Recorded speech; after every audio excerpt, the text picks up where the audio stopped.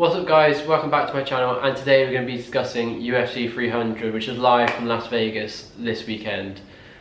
Main event, Alex Pereira against Jamahal Hill.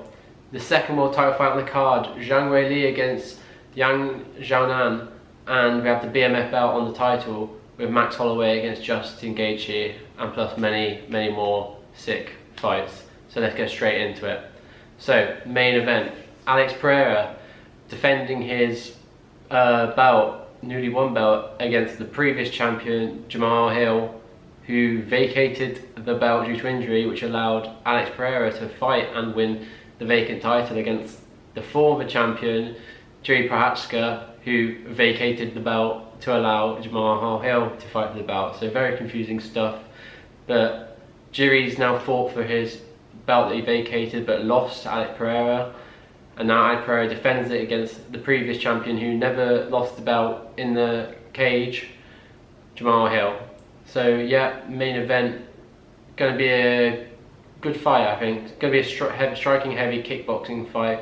Alex Pereira, that's what he does, top kickboxer before his time in the UFC. Jamahal Hill, you saw the fight he won against Glover Teixeira, was just a slogfest, a dogfight. Blood everywhere. Glover showed guts, but Jamahal Hill dogged it out and got the victory in the end in a surprising performance from the previous performance and opponents he had. And see, after this long injury layoff, can he get a performance like that again?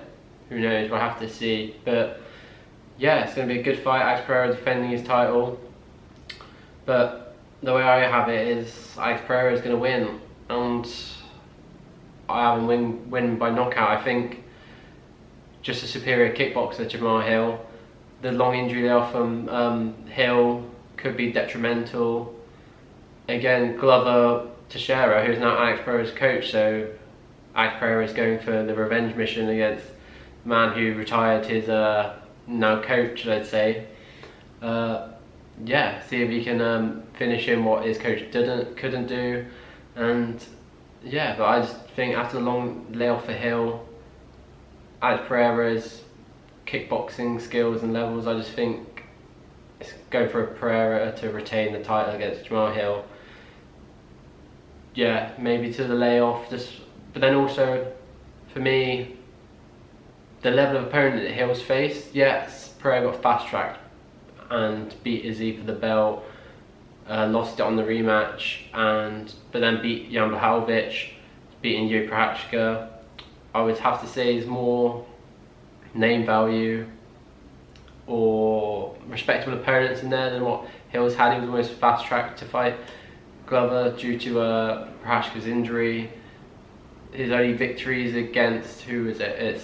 He beat Johnny Walker a couple of years ago. It was a big knockout, but again, look where Johnny Walker's only managed to get to a certain level, not breaking into the top 5 fully.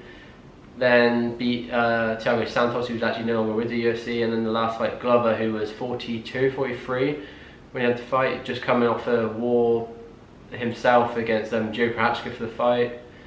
Maybe that took a lot out of him and let Hill win. So yeah, we'll see. I think the quality is with Pereira, and I'm predicting he's gonna win by a knockout or a TKO. So yeah, into the co-main, we have the Battle of China. We have Zhang Weili against Yang Xiaonan, and yeah, for me this one's a more easy to predict fight. I have it Zhang Weili. She's just unbelievable. She might be pound for pound best women's fighter in the UFC at the moment. She obviously had those 2 losses to Rose Namajunas, but it's had some shutout victories since, some big wins. Obviously she's got one of the best, not even just women's best fights of all time against Joanna Jacek. And yeah, for her opponent, Yang Xiaonan, I feel she's been pushed in because of the China versus China aspect of this. Obviously had a huge statement performance against Jessica Andrade, who's also on this card further down, but hasn't had the level of opponent. She obviously looks amazing against Andrade and has got a he's got this fight on the fact of that big viral statement knockout, but I just see Zhang Weili being too good once again for her opponent, and I think she'll get the finish late on, 4 or 5 I think. And yeah, and then the other title fight, if you call it that, the BMF belt is on the line. Justin Gaethje against Max Holloway. Max Holloway stepping back up to lightweight, he has done previously, and the current BMF holder, Justin Gaethje, is defending the belts. And yeah, this, if it's not fight of the night, I'm not sure. It has to be a brilliant fight card for it not to be fight of the night, but maybe it not be with the amount of fights on this card. But yeah, Justin Gaethje arguably maybe end up being next in line after Poirier or before Poirier, who knows what's happening there. Coming off the victory against Poirier, so it'd be a bit weird for Poirier to overtake him, but anyway, Gaethje's got this fight. He's going in favourite because obviously Max Holloway's coming up from featherweight, has success featherweight, former champion, obviously lost to Volkanovski 3 times, but has put away everyone else, so needed a new challenge. Obviously can't keep bashing his head against the wall with Volkanovski, even though that may look different nowadays. But Max going up, be interesting to see, because previously fought Poirier at lightweight, but then lost that fight. But this time he actually looks like he's bulking up, maybe, or has been bulking up to get the size difference minimised, because Justin Gaethje obviously had natural lightweight.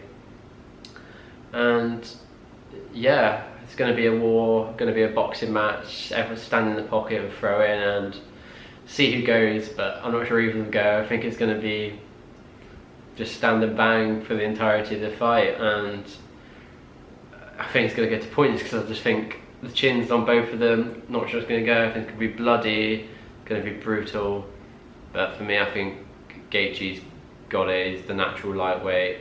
You've seen Holloway against Poirier before, and if you do the MMA maths, not always works, but Gaethje's last win was against Poirier. And yeah, winner of this fight, even if it's Max, will probably get a lightweight title shot against Islam Makhachev, so it'll be interesting to see what happens with the winner and that, and most likely fighting for the lightweight belt later on this year. And yeah, and speaking of lightweight and lightweight belt, next on the main card is Charles Oliveira against Arman Tsarukyan in another lightweight title contender, maybe. Can't say #1 contender, because Poirier might have that next, and then Gaethje might have that if he beats Holloway, but that's a timescale thing, depending how brutal the fight is. And then Oliveira's still due a rematch with Islam, obviously pulled out of the rematch that was scheduled a bit ago, and yeah, it's coming in facing one of the young up-and-comers. Tsarukyan's ranked #4, he's coming off a win over Dariush, who's coincidentally Oliveira's last win as well. So it'll be an interesting fight. I think bookmakers have got Tsarukyan as the favourite going into this, which I'm very surprised about, considering the resumes of both. It's Oliveira, former lightweight champion himself, is beaten your Chandlers, your Gaethjes, your Poiriers, only fallen short against champ Makhachev, and is due the rematch.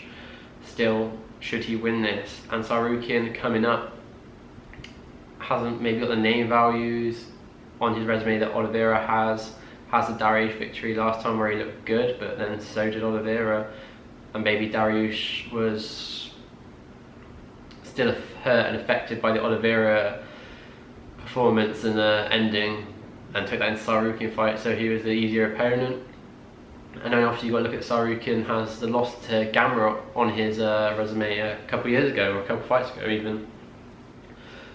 But it is the up-and-comer against the, don't know if you say old guard of Oliveira, but one of the top guys, and has been for a while. So most finishes in the UFC, or something along those lines. And yeah, I'm surprised the bookmakers got it that way, and I just see a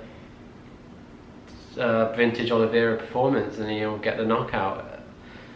Yeah, interesting with the betting odds for that, but I think Oliveira's got that one, and he'll have the argument to get him next in line with, or maybe jump the line over Gaethje or Poirier, since he's been due it for a while now. Yeah, and then opening up the main card controversially is Bo Nickel against Cody Brundage. Bo Nickal's going to win. He's going to show off his skills and hopefully get a viral moment which will make it worth it being main card, but I'm not too sure. I think it should be an early prelim opener. It's getting that Dana White privilege, you know, early on the card. Then their featured prelim banger again should be main card, like most, but all of these fights should be main card. Yuri Prochazka, former light heavyweight champion, coming to loss to the main event. Alex Pereira, the champion, is fighting in probably a #1 contenders fight against Alexander Rakic, the ranked #5 in the division, like an up-and-comer against former champion for a #1 contenders realistically. And Prochazka's got to earn his rematch really. He's got to put in a performance again. Not the best performance against Pereira, you have to say.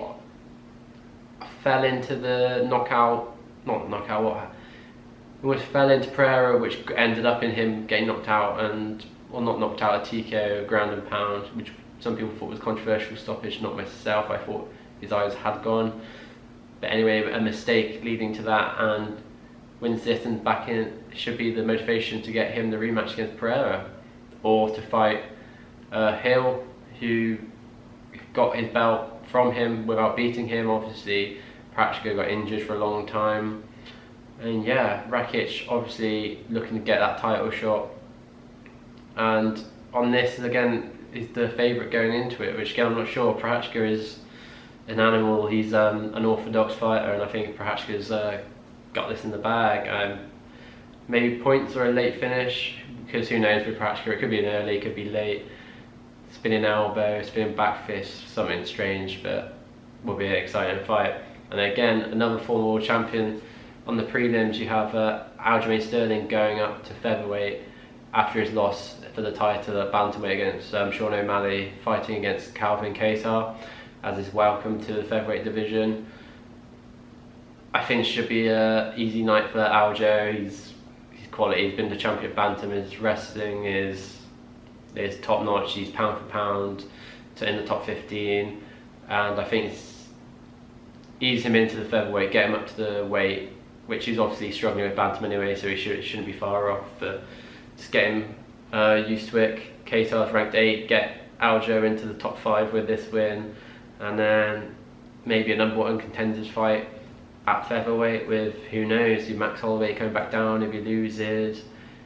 Who else you got? You have Ortega coming off that win. That would be a good fight, both strong wrestlers. Yeah, it'd be interesting to see that, and what Aljo goes on to next, and who they're matching up with in the featherweight division. Then we have a women's bantamweight fight. We have Holly Holm against Kayla Harrison on her UFC debut. Be a good fight.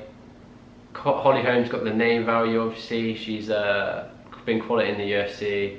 She's Hall of Famer, future Hall of Famer, but Kayla Harrison is the real deal. Gold medalist at the Olympics in judo, I believe, or multiple times even. I'm not 100% on that, but yeah, I think this would be a showcase to give her a name and to propel her close into a title shot, or close enough to a title shot. We will see, but I'm expecting a strong Kayla Harrison performance in this fight. Then opening up prelims, we have Sadiq Yusuf against Diego Lopez in the featherweight division. Got Diego Lopez in this for the hair itself, and he's been quality in his last couple of performances. This will get him into the top 15 with a victory in this fight, and yeah, I see Lopez winning this. I see this as a little gimme and to get him into top 15 and get him into some bigger names and bigger fights. But yeah, then the early prelims is stacked. It should be main card for any other card realistically. You have Jalen Turner against Moicano in the lightweight division. Be a banger lightweight fight. Turner's obviously quality. Moicano's just coming off a recent victory, but I've got Turner in this one by finish. He's just too big, man. He's too big. He falls short against the top guys really, but for someone like Moicano, I think he's just too big, too skilled, too rangy, and I think we'll get the finish in that. And yeah, and then before that I have Jessica Andrade against Marina Rodriguez, a strawweight fight. Again, Andrade has some strange performances and strange losses. Obviously the knockout to Yan Jianan, and just some other strange losses in the last couple of fights, but then put together like a big win somewhere else. Obviously been there and done it at the top, and as long as it's not one of those strange performances, I think she'll win easily in a shutout in this fight personally. And yeah, and then we have Bobby Green against Jim fucking Miller, who's been on UFC 100, UFC 200, and now on UFC 300 in a tough fight, in a ranked fight. If Miller wins, get in the top 15 at his big old age. Bobby Green coming off a brutal knockout to Jalen Turner. Horrible stoppage on that. Should have been stopped way earlier and took unnecessary punches, putting his skull into the canvas effectively way too long. And yeah, his comeback fight. Jim Miller coming off another little run of victories now, I think it is, and I can't remember how many in a row off the top of my head, but yeah, not giving him a gimme fight on 300. Obviously been calling for him to get on 300 for a long time. A lot of people have got on there. You'd think he has a gimme fight, but no, he's got a tough fight in here, and it's a really tough fight. Bobby Green's a tough guy. Be really interesting to see. I think this is a real 50-50 fight. Obviously, for me, may go Jim Miller, just because I'm not sure how much that the last fight and that finish took out of Bobby Green. You know, how much of his chin's still there, how much, if he gets a shot again, how much, if his brain's gonna say no, we're not having this and we're gonna go. Who knows? Jim Miller can get down and dirty and dominate him. Obviously Bobby Green a striker, but yeah, it'd be an interesting close fight. And finally, opening up for UFC 300 on the early prelims is former flyweight champion Deiveson Figueiredo against former bantamweight champion Cody Garbrandt in an absolute banger fight. Speed, fast paced, entertaining, and may go early or very early in fact, but Cody Garbrandt obviously been at the top of the bantamweights, Figueiredo top of the flyweights, but I just think Figueiredo's got that quality, and I think he still has enough left in the tank to make a title run at bantamweight compared to Garbrandt, who I think hasn't got it in him to make another title run, sadly. But yeah, should be a banger fight. Should be a banger card, in all honesty. The greatest fight card in all of fight sports history, and I can't wait, and I hope you're looking forward to it as much as I am. And yeah, can't wait to watch that. Gonna be some awesome fights, gonna be some awesome drama as usual, gonna be interesting to see the outcome on it on Sunday morning, and see where the titles are, see where the titles are going next, see a lot of #1 contender fights on it, a lot of title fights on it, and yeah, the whole card, since there's so many ranked fighters on it, it's going to be a big shake up in all the rankings in all the divisions of the UFC, and it'll obviously go down in history as one of the greatest fight cards of all time, hopefully, with the names on it. It has to deliver. UFC 300 this Saturday night. I can't wait. And yeah, thank you for watching for my preview for UFC 300, and I hope to see you next time. Goodbye.